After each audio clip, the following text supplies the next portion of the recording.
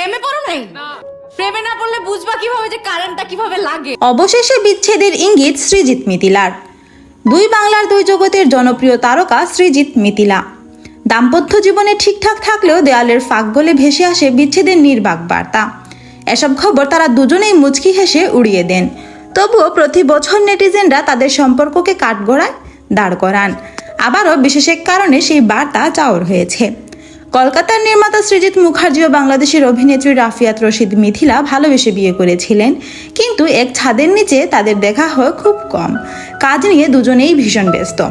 চলতি মাসের 23 সেপ্টেম্বর ছিল সৃজিতের জন্মদিন। ভারতীয় গণমাধ্যম হিন্দুস্তান টাইমসের সূত্র মতে ওই দিন সোশ্যাল মিডিয়ায় নানা জনের শুভেচ্ছা সিক্ত হয়েছেন সৃজিত।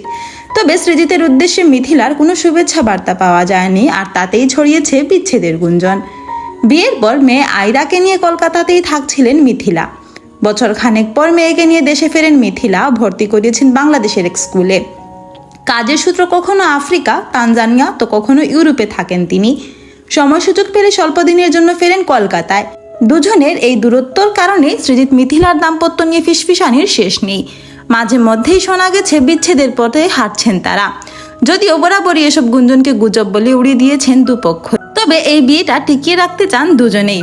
বিচ্ছেদের গুঞ্জন নিয়ে কোনো রকম মন্তব্য পাওয়া যায়নি সৃজিত বা মিথিলার পক্ষ থেকে। মিথিলা সৃজিতের পরিচয় হয় সঙ্গীত শিল্পী অর্ণবের একটি মিউজিক ভিডিওতে কাজের মাধ্যমে। সেখান থেকেই বন্ধুত্ব, তারপর প্রেম।